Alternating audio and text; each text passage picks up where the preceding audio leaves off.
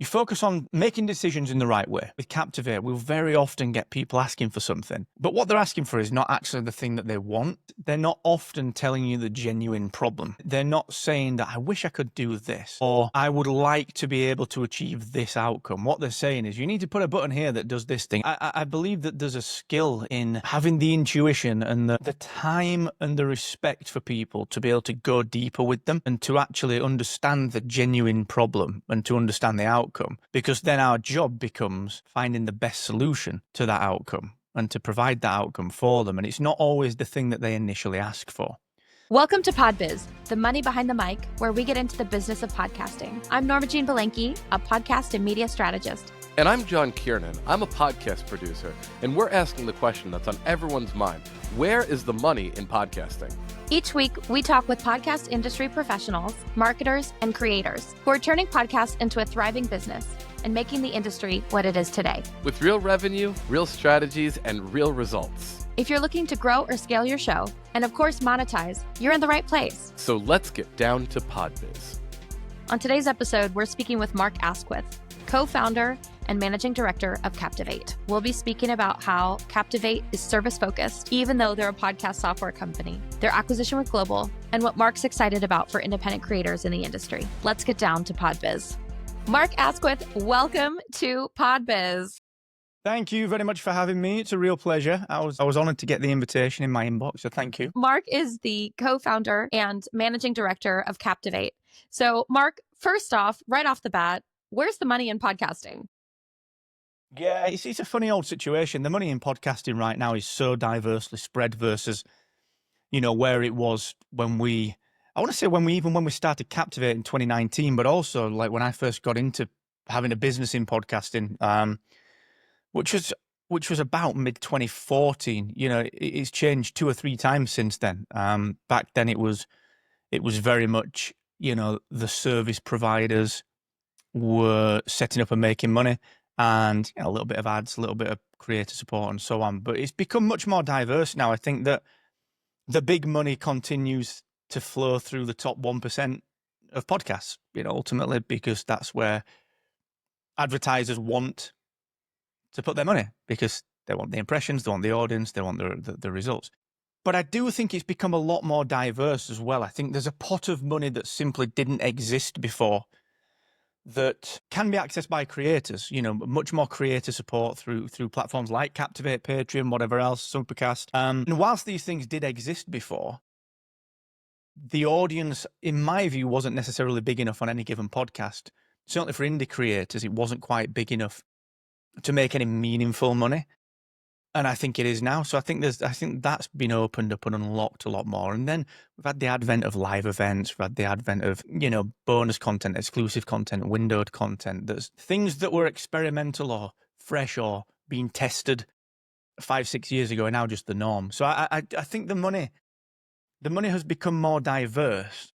And thankfully there's more of it because podcasting has become way more prevalent in society now. But ultimately, I struggle to see a future where it changes and the money isn't still with the top 1%. So whilst there's more of it and it is more diverse, we all know the top 1% will remain the best place to access that money, if you like. So from what I'm hearing from you, it sounds like there's a couple of different avenues, right? So the first being service providers, that's software companies that are providing podcasters with a service. That's number one, right?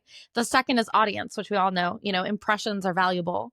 And then that third, it sounds like that subscription model where people become super fans and they want to subscribe and they want to buy merch and they want to go to live events. Yeah, I think so. And I think that the key takeaway from all of this is that there's more money that will continue to flow through podcasting and will open up more diverse ways of bringing money into podcasting, whether that's some of the more cutting edge technologies like we see with the whole value for value side of things, or whether we innovate a little bit more around the live experience, the audio experience, basically the fan engagement experience. There will always be new ways that we bring money into any industry. I think the challenge for podcasting now as a business, the industry is that, and it's been this way for a while, but is that, you've got podcasting, the industry, the business, which is kind of the top tier, if you like. And the people that, they're creating podcasts to make money from, either as entertainment or IP or whatever. And then you've got creators. You know, you're the people like you and I that are creators, and we create. We're not high value celebrity talent. We're not attached to big IP or big production houses and studios. Yeah, makes a lot of sense. Well, let's dive in. How did you get into the podcasting industry? So I got into podcasting through pop culture, really. I was, I mean, I was a podcaster, became a podcaster. So I used to have a design and digital agency, and we did all sorts of brand work and digital build for a lot of people across the world. And I was sort of getting bored of agency life because, you know, you're always chasing the next kind of contract. You're always pitching, and it's not an enjoyable life sometimes. So I was sort of getting bored of that in about 2013-ish. And I was looking for a bit of a creative outlet myself. I actually got convinced to start a podcast by Gary Aylett, who's now our head of design here at Captivate. And he just said, look, you know, we'll create a website, talk about pop culture, which gave me a creative outlet. Then he said, we're going to do a podcast. And I thought, that's ridiculous. Why would we do that? No one wants to listen to those things anymore. Famous last words, yeah. I know, right? It was weird. And I was sort of, you know, I was the sort of anti-cliche, if you like, of the podcast. I was like, no, this is silly. Like, Lost isn't on TV anymore. What are we going to talk about? And I don't live in my mum's basement. We can't possibly be podcasters. And it was like this weird perception. But anyway, we did. And very quickly, because we were building software, we were working with WordPress, we were doing a lot of high quality brand work and so on as well. All these little sort of things dovetailed together. And Kieran, my business partner here at Captivate, and the other businesses that we've got, very quickly created podcast websites. And we had an affiliate partnership with John Lee Dumas from EO Fire. And it was there to scratch an itch for, you know, I suppose, people that were looking for a creative brand, and they were starting with a podcast first and didn't have anywhere to really kind of build a brand. So we created this platform, podcast websites, which for me was one of the early, in my humble opinion, was one of the early companies that started to push the technology in podcasting forward. And it wasn't a technologically advanced business, but what it did do is it brought a lot of different component pieces together to make life easier. And we overlaid a lot of real high quality customer service, a lot of real high quality brand work, experience work. And when we start to notice a bit of a shift off the back of that. So yeah, that's how I got into it. I sort of just, yeah, I mean, I love it, you know, and loved being a creator and a startup founder within podcasting. And even though it's weird, because even though it doesn't, when we got into it, didn't feel like the early days, because you had people there saying, oh, you know, like Todd was like, I've been in this for 9 years already. And now, you know, we've been doing it 11, 12 years ourselves, and it's crazy. So yeah, time flies.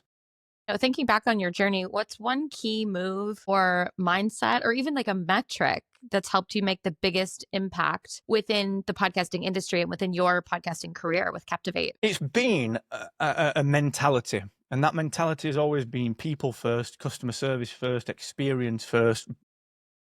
When I say experience, I mean the whole brand experience, you know, everything from the design quality of the t-shirts at Podcast Movement. You know, I don't want hashtag podcaster. I love Libsyn and I love their t-shirts, but I don't want that. I want something if I'm going to go out I'm going to go out on a Saturday night, I'm probably going to wear this because I'm a nerd. I'm proud of it, but I want a design. I want it to feel like I'm part of something and people to ask me about it. So that for me was a big thing. And genuinely just being people first, being nice to people, you know, and being a connector of people is very important. There's a lot of people, certainly was back in the day, that would only fraternize with quote unquote successful people. You know, they'd take themselves off to these exclusive entrepreneur dinners at Podcast or Movement the creator economy versus the professional media money side of things. And it's ridiculous. Yeah. It's ridiculous. And my mantra has always been treat everyone the same with the same level of respect. And I think that's served well. I think we should all do that anyway as a matter of life. But that very quickly cemented us as just genuine people. And I think that's the most important thing that you can be. So that was a big thing. But I would say, if I was to put all this together into one word, it would be experience. You know, give people the best experience every time they interact with you or your brand, no matter the outlet, no matter the touch point, no matter what it is, the best experience. So that's vital in my view. I think that really translates as well to audience, right? Because when you're thinking about podcasting, a lot of creators, and we've talked about this a lot, John and I both in our past have talked about being audience focused, right? And so I think, when you take the focus off of yourself and you make it about the other person, being in that service oriented spirit helps everything around you. Yeah, I think so too. And you focus on making decisions in the right way. Very often as a product developer and someone that's very focused on the experience of a product as it should achieve an outcome, you very often, like with Captivate, we'll very often get people asking for something.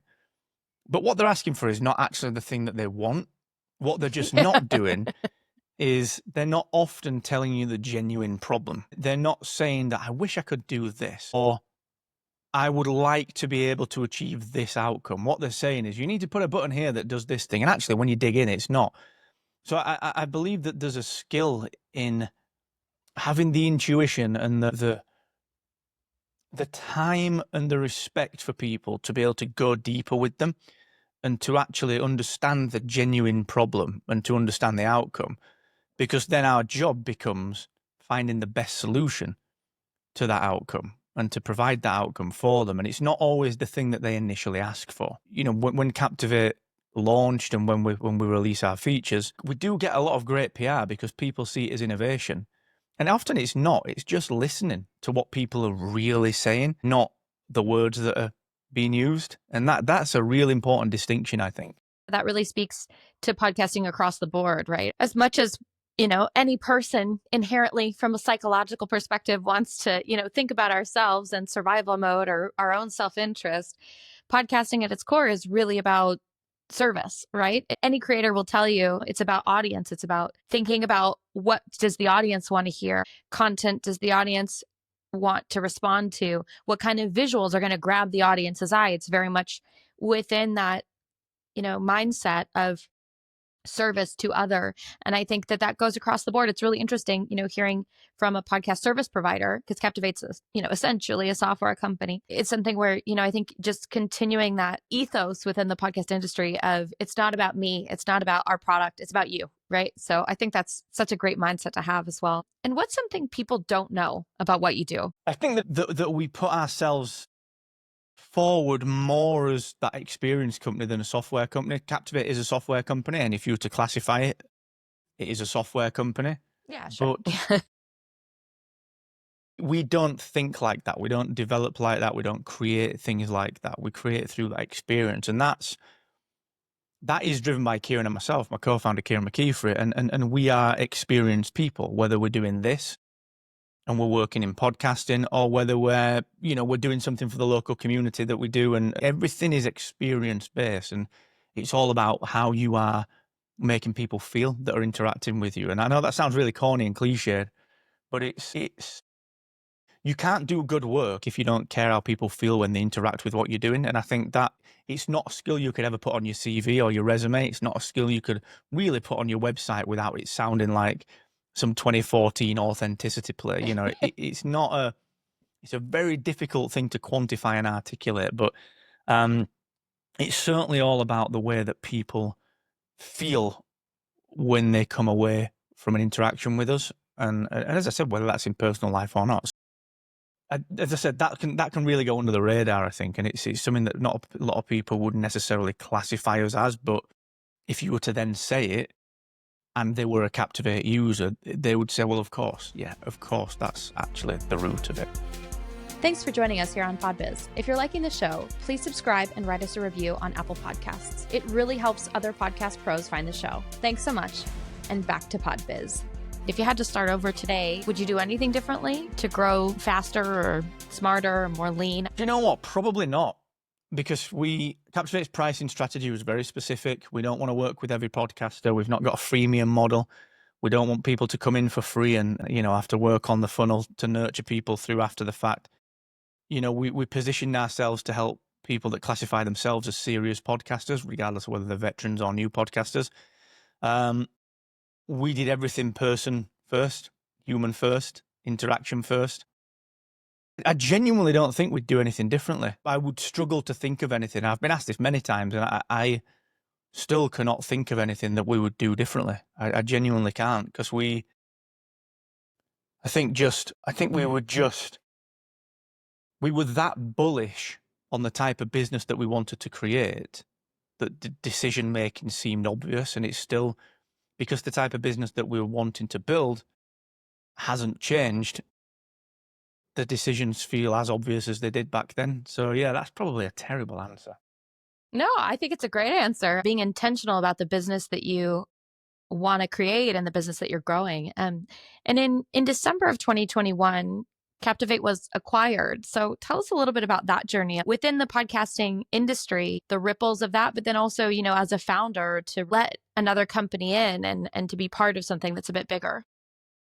Yeah, I think we were probably one of the last big acquisitions in podcasting tech. I think the bubble went crazy and then it sort of burst. And it was interesting from our perspective, because whilst we didn't set out for acquisition, we did test the water a couple of times, and we sort of put ourselves on a couple of, I think there was one behind a marketplace website early on in 2020. We thought, do you know what, we'll just see what happens. And it was sort of to talk ourselves out of being acquired in the future, because I think people always say, like, that's the startup dream, is to be acquired. And we're like, well, do you know what? Captivate's a good business. We love it. We enjoy it. And we still do to this day.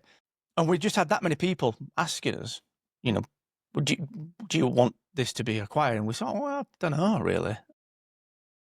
So we did dip our toe in it. It completely put us off. Private equity firms, some companies in podcasting, none of them the right fit. And it just felt like, oh my word, this is not it's not an option for us, because what we don't want to do is give Captivate to people that aren't going to give it the same love and care and attention. Yeah. And so we said, that's it. Okay, we're not going to bother with that. And then Global sort of came along and just started, we knew them, and we knew some people that, connected us in different ways. So there was like a couple of different points of connection.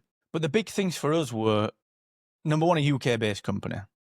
So our lifestyles didn't really need to change. The second thing, which was the significantly bigger thing, was just the fact that it's a bigger company that is also focused on experience. Being a radio company, being an outdoor company, it has to give a good experience, because it's a very public-facing business.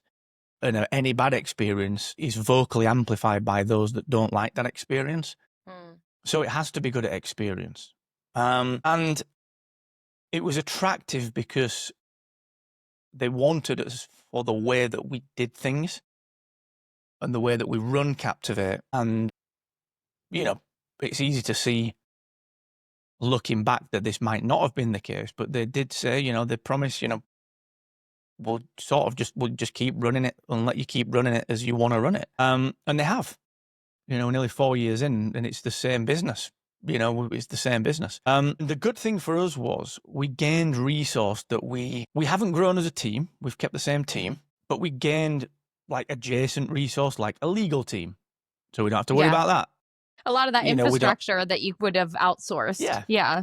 Absolutely. HR, payroll, benefits, workplace benefits. And we could give our team a much better experience. And frankly, it was a nice way of almost stepping into like the next phase of Captivate, which was getting out of real 15-hour-day startup mode and, killing ourselves, and moving into a more high impact zone where you can work the 8 hours and the impact that you have there is bigger, because we'd sort of got out of the grind it out stage. And we were at a stage with Captivate where we had to focus on high impact moves versus, doing everything to get the PR. So it was, the timing was just right. UK based company, really good cultural fit. And I think that's been validated by the team members staying. Everyone's really happy, and us still doing what we do. Last question. What are you most excited about these days in podcasting? Oh, I thought you meant generally. Whew, good you Both. said that. No, in podcasting, I think it's the knock-on effect that we're seeing now of the big podcast deals from a few years ago, this big, silly, massive investment from the Spotifys of the world and whatever else. Yeah. That is now benefiting the wider creator economy because now everyone is aware of podcasting much more. I suppose there's much more familiarity with the term podcasting and what a podcast can be and what it means as a listener, as a viewer, as someone that can access on-demand content. And I think because that education has sort of been done now, largely been done, the creator economy has become much more powerful for people without them needing to put more effort into creating. And, whilst there are risks with that, you probably have to put more into promotion and to marketing for argument's sake because it's a busier landscape now.